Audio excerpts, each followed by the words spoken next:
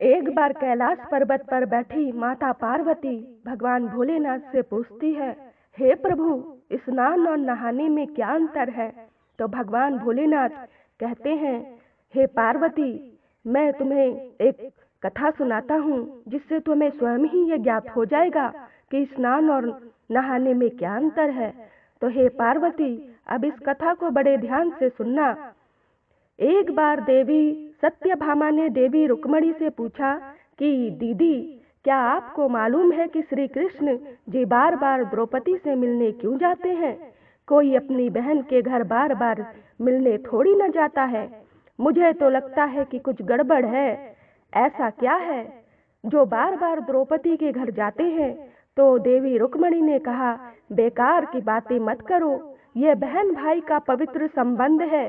जाओ, जाकर अपना काम करो। ठाकुर जी सब समझ गए और कहीं जाने लगे। तो देवी सत्यभामा ने पूछा कि प्रभु, आप कहाँ जा रहे हो? ठाकुर जी ने कहा कि मैं द्रौपदी के घर जा रहा हूँ। अब तो सत्यभामा जी और बेचैन हो गई और तुरंत देवी रुक्मणी से बोली, देखो दीदी, फिर वहीं द्रौपदी के घर जा रहे हैं। कृष्ण जी ने कहा कि क्या तुम भी हमारे साथ चलोगी? तो सत्यभामा जी फौरन तैयार हो गई और देवी रुक्मणी से बोली कि दीदी, आप भी मेरे साथ चलो और द्रौपदी को ऐसा मजा चखाएंगे कि वह जीवन भर याद रखेगी। देवी रुक्मणी भी तैयार हो गई। जब दोनों देवियां द्रौपदी के घर पहुंची तो देखा कि द्रौपदी अपने केस संवार रही है। जब द्रौपदी केस संवार रही थी तो भगवान श्री कृष्ण ने पूछा, द्रौपदी, क्या कर रही हो? तो द्रौपदी बोली कि भैया, केस सवार के अभी आई। तो भगवान बोले, तुम काहे को केस सवार रही हो? तुम्हारी तो दो दो भाभियां आई हैं, यह तुम्हारे केस सवारेंगी। फिर श्री कृष्ण जी ने देवी सत्यभामा से कहा कि तुम जाओ और द्रौपदी के सिर में तेल लगाओ, और देवी रुक्मणी, तुम जाकर द्रौपदी की चोटी करो। सत्यभामा जी ने रुक्मणी जी से कहा, बड़ा अच्छा मौका मिला है, ऐसा तेल लगाऊंगी कि उसकी खोपड़ी के एक एक बाल तोड़ दूंगी। और जैसे ही सत्यभामा जी ने द्रौपदी के सिर में तेल लगाना शुरू किया और एक बाल को तोड़ा तो बाल तोड़ते ही आवाज आई, हे कृष्ण। फिर दूसरा बाल तोड़ा, फिर आवाज आई, हे कृष्ण। फिर तीसरा बाल तोड़ा तो फिर आवाज आई, हे कृष्ण।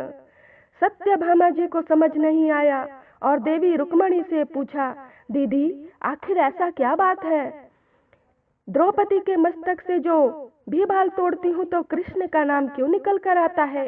रुक्मणी जी बोली, मैं तो नहीं जानती। पीछे से भगवान बोले, देवी सत्यभामा, तुम देवी रुक्मणी से पूछ रही थी कि मैं दौड़ा दौड़ा कर द्रौपदी के घर क्यों जाता हूँ, क्योंकि पूरे भूमंडल पर, पूरी पृथ्वी पर कोई संत, कोई साधु, कोई सन्यासी, कोई तपस्वी, कोई साधक, कोई उपासक ऐसा नहीं हुआ जिसने एक दिन में 3.5 करोड़ बार मेरा नाम लिया हो। और द्रौपदी केवल ऐसी है जो एक दिन में 3.5 करोड़ बार मेरा नाम लेती है, प्रतिदिन स्नान करती है, इसीलिए उसके हर रोम में कृष्ण नजर आता है और इसीलिए मैं रोज उसके पास आता हूँ। इसे कहते हैं स्नान, जो द्रौपदी प्रतिदिन किया करती है। हम जो हर रोज साबुन, शैम्पू और तेल लगाकर अपने तन को स्वच्छ कर लिया करते हैं, उसको नहाना कहते हैं। स्नान का मतलब है, हमारे शरीर में 3.5 करोड़ रोम छिद्र है।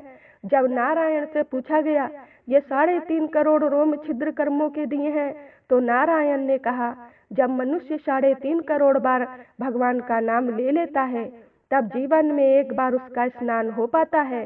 तो पार्वती, इसी को कहते हैं स्नान। बोलो जय श्री कृष्णा, जय श्री कृष्णा, जय श्री राधे जी।